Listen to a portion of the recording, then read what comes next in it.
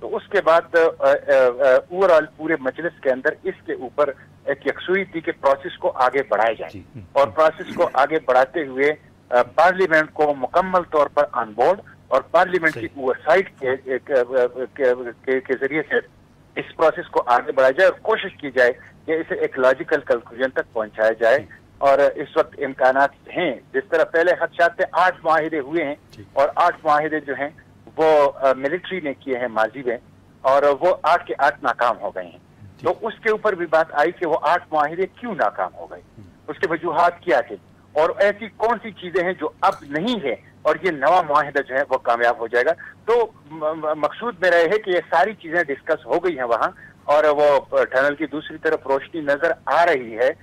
لیکن میں نے پھر کہا کہ اصل چیز یہ ہے کہ اس کو لے کے کیسے چلتے ہیں، پارلیمنٹ کتنا رول کرتا ہے، پارلیمنٹ کی جو اوور سائٹ کی کمیٹی ہے یا نیشنل سیکیورٹی کی جو کمیٹی ہے وہ کتنا رول کرتی ہے، پولیٹیکل گورنمنٹ کتنا رول کرتی ہے،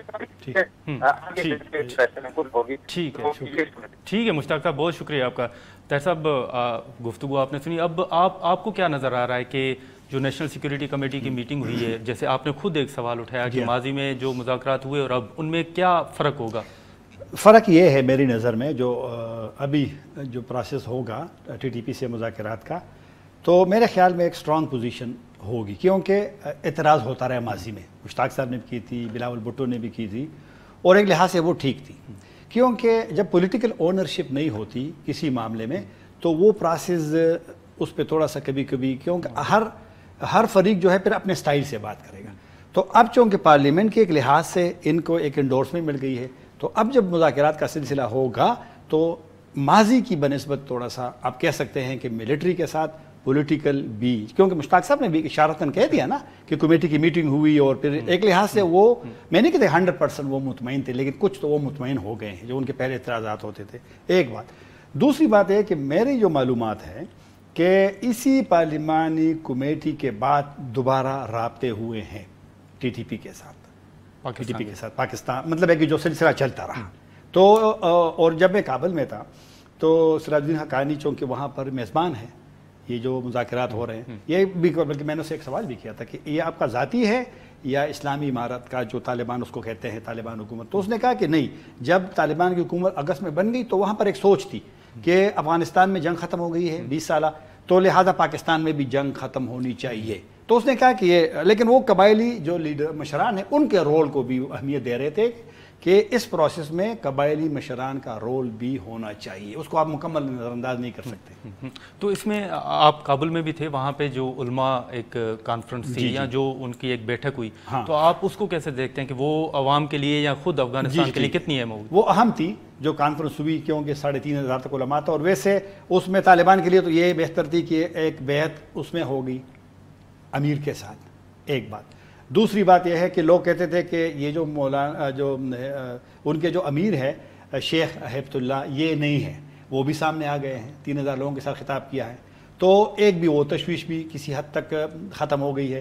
تیسری بات یہ ہے کہ جب ملا عمر کے ساتھ 1996 میں اسی طرح علماء کی ایک کانفرنس ہوئی تھی قندھار میں، ایک بیعت ہوئی تھی، ان کو امیر تسلیم، تو وہ کام ہوگی. تو ایک لحاظ سے تو تھوڑا سا شاید کہ جو اندر ملک کے اندر، کیونکہ حامد کرزئی صاحب کہتے تھے کہ طالبان اندر ملک کے ایک سپورٹ ان کو ہونی چاہیے، حالانکہ اب کرزئی کہتے ہیں کہ یہ تو طالبان کی میٹنگ تھی، لیکن ممکن ہے کہ طالبان کی ایک کوشش تھی کہ کسی حد تک، کیونکہ اس میں صرف طالبان کے لوگ نہیں تھے، اس میں شخصیات اور بھی تھے، حالانکہ وہ شخصیات نہیں تھے جو حامد کرزئی یا حکمت یار یا ڈاکٹر عبداللہ وغیرہ، لیکن میرے خیال میں اس کے بعد ایک پروسیس شروع ہوگا کہ طالبان کے علاوہ بھی لوگوں کی، ان کا پلان ہے. سراج الدین حقانی نے بھی مجھے کہا کہ اب مزید میٹنگز ہوں گی ماہرین کے ساتھ، ایکسپرٹ کے ساتھ، پولیٹیکل لیڈرشپ کے ساتھ، تو ایک مشاورت کی ایک سلسلہ شروع کر دیا. لیکن طاہر صاحب یہاں پر جیسے پہلے مذاکرات ہوئے تو صرف ایک جو نقطہ تھا وہ سامنے آیا، فاٹا مرجر والا، آپ نے بھی دیکھا ہوگا ساری خبریں صرف اسی نقطے پر تھیں.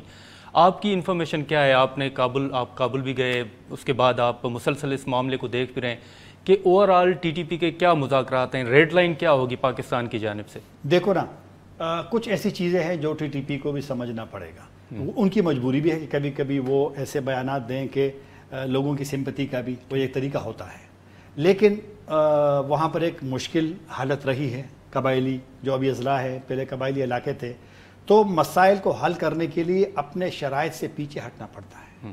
اگر آپ نے پروسیس کو، عمل کو، مذاکرات کو آگے بڑھانا ہے، شرائط جب ہوں گی تو پھر معاملات پیچیدہ ہو جاتے ہیں. اور یہ مشتاق صاحب نے صحیح کہا کہ جو مرجر والا معاملہ ہے یہ تو ایک بڑے پروسیس کے بعد، بڑے سالوں سے ڈسکشن کے بعد ایک آپشن آیا تھا. اس کے ساتھ اختلاف لوگوں کے بالکل ہیں، بالکل ہیں، کہا جا رہا ہے کہ جو مقامی لوگ ہیں. لیکن یہ جب ٹی ٹی پی جب جرگے کے ساتھ ان کی مذاکرات ہوئی تو وہاں پر جو بیرسٹر سیف ہے، جو اس وقت کوارڈینیٹر بھی تھے اسی جرگے والے میٹنگ میں، تو اس نے ان کو کہا تھا، مفتی نور ولی محسود کو، جو طالبان کے امیر ہے، ٹی ٹی پی کے امیر ہیں، قائد ٹی ٹی پی کے، کہ یہ ریڈ لائن مذاکرات میں نہیں ہوتی. اس نے کہا تھا نا یہ ہمارے لیے سرخ لکیر ہے. تو لہٰذا معاملات اور پھر کچھ چیزیں نہیں ہو سکتی. اگر آپ کہیں کہ فوج وہاں سے مکمل جائیں تو وہاں پر ہمارے ساتھ جو قبائلی علاقے 6 کے ساتھ ہمارے افغانستان کے سرحد ہیں، تو کیسے وہاں سے آپ فوج ڈرا کر سکتے ہیں. لیکن پھر بھی کچھ چیزیں ہیں کہ جس پہ دونوں فریقین اگر نرمی نہیں دکھائیں گے تو پھر لہٰذا وہ مسائل پھر حل نہیں ہو سکتے. طاہر صاحب یہاں پر ایک شارٹ بریک لیتے ہیں اور بریک کے بعد دوبارہ گفتگو کا آغاز کرتے ہیں. ویلکم بیک ناظرین. سینئر صحافی اور کالمسٹ زاہد حسین صاحب ہمارے ساتھ موجود ہیں. زاہد صاحب بہت شکریہ، آپ نے ٹائم دیا. ہم پروگرام میں یہی ڈسکس کر رہے تھے کہ جو نیشنل سیکورٹی کمیٹی کی میٹنگ ہوئی اس کے بعد اب کیا جو سیاسی جماعتوں کے وہ تحفظات تھے، خاص طور پر آپ نے دیکھا کہ بلاول بھٹو کی جانب سے جو تحفظات سامنے آ رہے تھے، اب اس کمیٹی کی میٹنگ کے بعد آپ کیا دیکھ رہے ہیں کہ مستقبل میں کیا ہوگا؟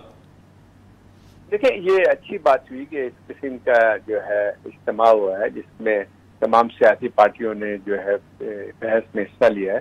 تو یہ ایک طریقہ کار ہونا چاہیے جو کسی بھی نیشنل پالیسی یا نیشنل سیکورٹی پالیسی کو بنانے میں ضرورت ہوتی ہے. تو یہ اچھی بات ہے کہ جو آپ کے حلقے ہیں سیکورٹی کے اور جو اسٹیبلشمنٹ کے، تو انہوں نے ان کی ساری میں خیال ڈسکس کیا تفصیل کے ساتھ. اس کا مطلب یہ ہوا کہ جو ہے صرف اس میں یہ لگتا ہے، تاثر ملتا ہے جو اس کے بعد جو ہے ایک اعلامیہ جاری ہوا، اس میں تو لگتا یہ ہے کہ بات چیت پہ سب متفق ہیں. لیکن یہ بات بھی بہت صاف کی گئی ہے کہ ان شرائط پہ صرف بات ہو سکتی ہے جو کہ جو ہے جو پاکستان کے آئین کے مطابق ہوگی. تو یہ اور اس میں جو ہے ایک لحاظ سے جو ہے پہلے ایک کمی محسوس ہوتی تھی کہ پارلیمنٹ کا جو اس میں پالیسی بنانے میں جو رول رہتا تھا وہ بالکل نہ ہونے کے برابر تھا. تو اس میں ایک پارلیمنٹری کمیٹی بھی بنائی گئی ہے جو کہ اس کو اوورسی کرے گی تمام بات چیت کو. بات یہ کہ یہاں تک تو صحیح ہے بات، لیکن آئندہ دیکھنے کی اصل چیز یہ آتی ہے کیا ٹی ٹی پی سے مذاکرات کامیاب ہو سکتے ہیں. وہ ایک چیز آتی ہے کیونکہ اب تک جو ہمیں نظر آتا ہے کہ ٹی ٹی پی جو ہے اور یہ کچھ ابھی فیکشن اس میں حصہ لے رہے ہیں، اس میں وہ بھی ابھی تک صاف نہیں ہے کہ کیا وہ آئین پاکستان کو تسلیم کریں گے اور کیا جو ہے وہ آرم سرنڈر کریں گے. اور تیسری سب سے بنیادی چیز جو آتی ہے وہ یہ تھی کہ جو ہے وہ جو ان کے جو مطالبات ہیں وہ تو ایسا معلوم ہوتا ہے ابھی فی الحال تو مطالبات کو ایسا لگتا ہے کہ وہ آپ سے مطالبہ کر رہے ہیں گورنمنٹ آف پاکستان سے، نہ کہ جو ہے وہ کسی ایک لحاظ سے یعنی کسی امن کی طرف لے کے جا رہے ہیں. تو یہ بڑا کٹھن مسئلہ ہے اس قسم کی بات چیت کرنا، خاص طور پہ ایک ایسی آرگنائزیشن سے جو کہ رسپانسبل رہی ہے آپ کے جو ہے ہزاروں پاکستانی شہریوں کے قتل پہ. اور دوسری ایک اور بات بھی آتی ہے کہ دیکھیں کہ کیا بات چیت کے ذریعے ان کو کیا لیجیٹیمیسی مل جائے گی. دوسری ایک اور بات بھی آتی ہے کہ اگر فرسٹ جو انہوں نے شرائط پیش کی ہیں، جس میں 2-3 چیزیں بہت واضح ہیں، جو پی ٹی پی کے لوگ وہ کہتے ہیں کہ فاٹا کا انضمام ختم کیا جائے، فوج وہاں سے ہٹائی جائے اور وہاں پہ جو ان کی اپنا جو شریعہ کا نقطہ نظر ہے اس کو نافذ کیا جائے. تو زاہد صاحب سے میں ایک سوال کرتا ہوں. زاہد صاحب ایک سوال کرتا ہوں آپ سے. آپ نے کہا کہ مرحلہ یا جو پروسیس ہے وہ کٹن ہے، شرائط ہے. تو اس صورتحال میں بالکل آپ کی بات درست ہے کہ ذرا پیچیدہ ہے معاملہ. تو افغان طالبان کی جو حکومت ہے جو کہ میزبان ہے، سہولت کار ہے، ثالث ہے اس سلسلے میں، اور میں وہاں ابھی ملا ہوں سراج الدین حقانی سے، پہلے بھی میں نے ذکر کیا چونکہ وہ خود ہی میزبان ہے. ان کو تھوڑا سا وہ تھا کہ یہ جو بیانات آتے ہیں کبھی کبھی لیڈرشپ کی جگہ جگہ سے تو وہ تھوڑا سا تلخی پیدا کرتا. آپ کا کیا خیال ہے کہ افغان طالبان جو کٹن صورتحال کی آپ ذکر کر رہے ہیں وہ کنونس کر سکتے ہیں افغان طالبان پاکستانی طالبان کو کہ تھوڑی نرمی دکھائیں، مسئلے کا حل نکالیں، یا یہ صرف ہماری اور ٹی ٹی پی کے درمیان ایک معاملہ ہے؟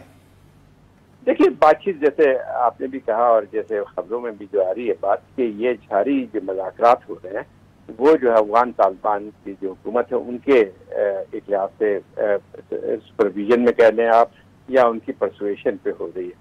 بات یہ ہے کہ ان کا اپنا ایک رول ضرور ہے کیونکہ جو ہے وہاں پہ ٹی ٹی پی وہاں جو بھی لیڈر ہیں وہاں پہ جو رہ رہے ہیں وہ جو ہے انہی کی مرضی سے رہ رہے ہیں. تو بات یہ ہے کہ جو ہے ان کو اگر رول پلے کرنا ہے افغان طالبان کو تو وہ اس قسم کا رول نہ کریں جہاں پہ لگتا یہ ہے کہ آپ زیادہ تر ان کے اوپر پاکستان حکومت کے پاس دباؤ ہو کہ آپ جو ہے ان کو ان کے ساتھ مفاہمت کریں. میرے خیال یہ چیز اگر ہوتی ہے تو آگے بات نہیں بڑھے گی. لیکن یہ کہ افغان طالبان کا اگر رول پلے کرنا چاہتے ہیں تو وہ پھر جو ہے ان ٹی ٹی پی کے لوگوں کو بتائیں کہ جو ہے یہ اس طرح کی اگر بات چیت کو کامیاب کرنا چاہتے ہیں تو ان کو وہی شرائط ماننی پڑیں گی جو کوئی بھی ریاست جو ہے ان کے ساتھ بات چیت کرنے کے لیے کہتی ہے.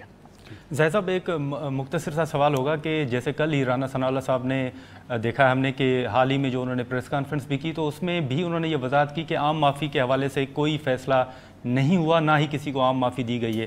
آپ دیکھ رہے ہیں کہ مستقبل میں اس حوالے سے کوئی ایسی صورتحال پیدا ہوگی اور اگر ہوگی تو وہ جو متاثرہ خاندان ہیں کیا ان کو یہ فیصلے قابل قبول ہوں گے؟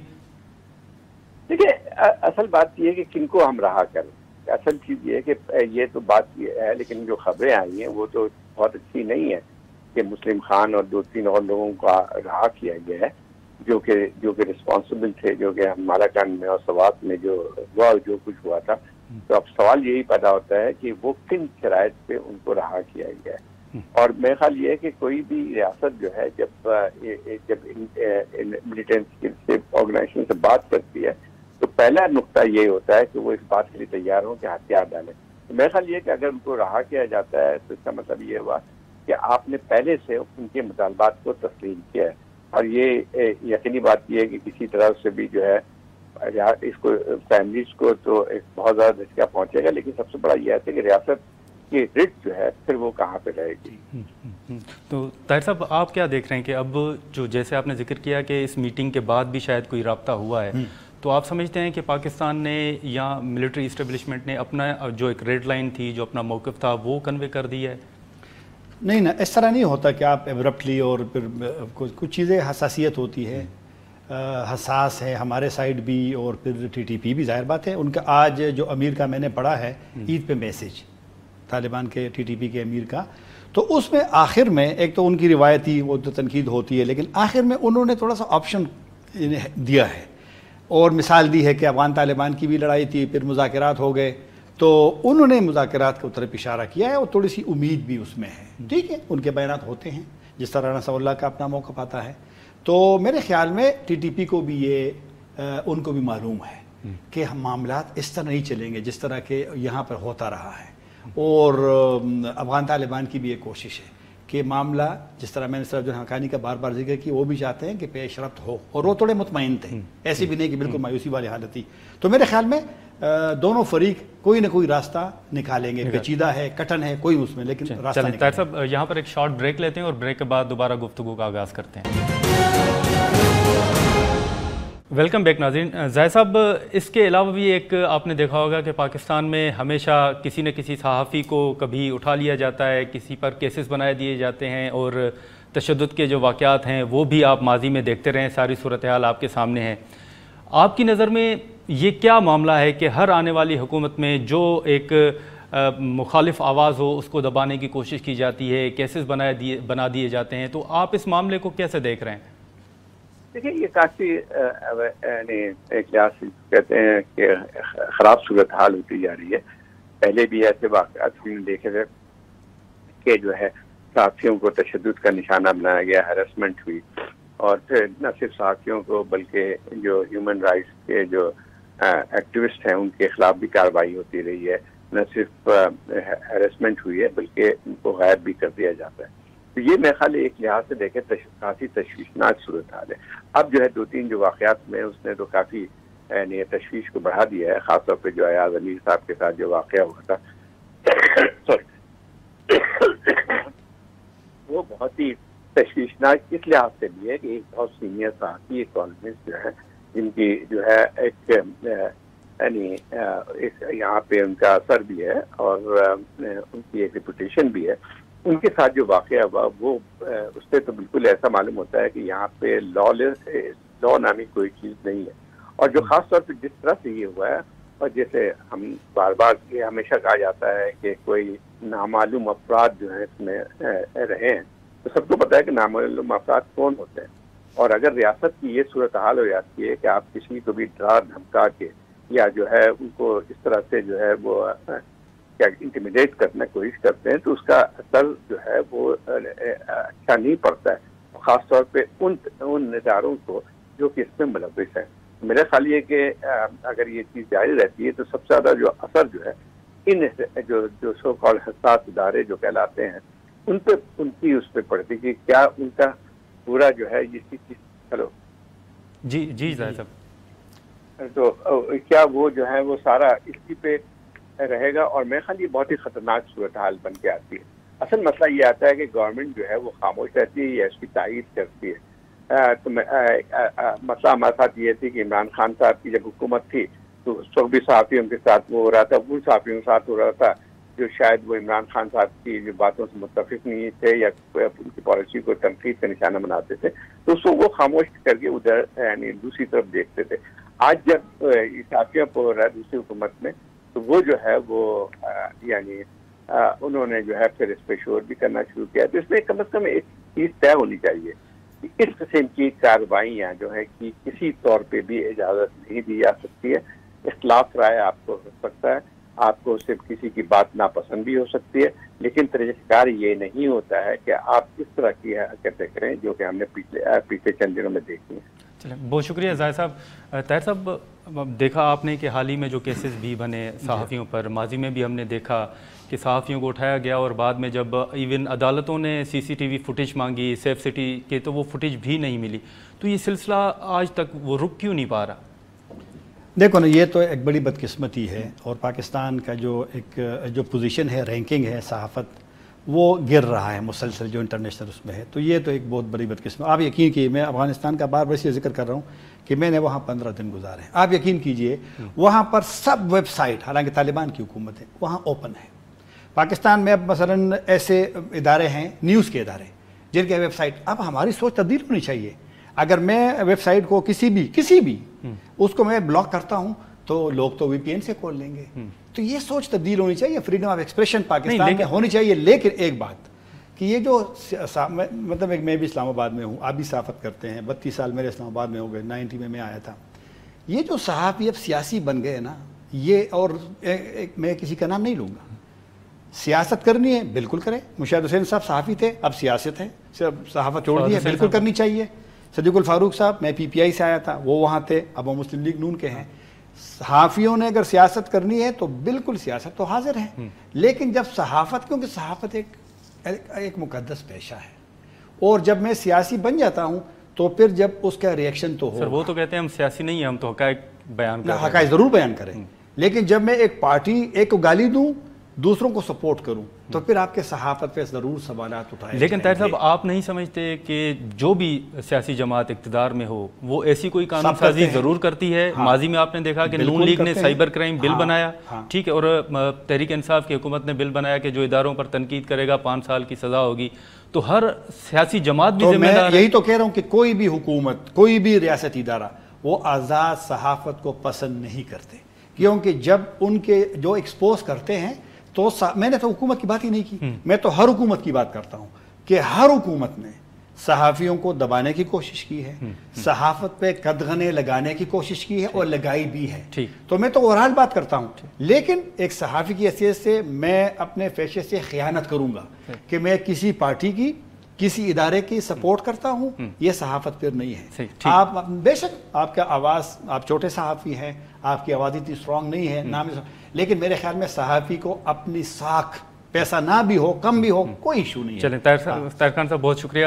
ناظرین، یہاں پر پروگرام کا وقت ختم ہوتا ہے. اگلے پروگرام تک دیں اجازت. اللہ حافظ.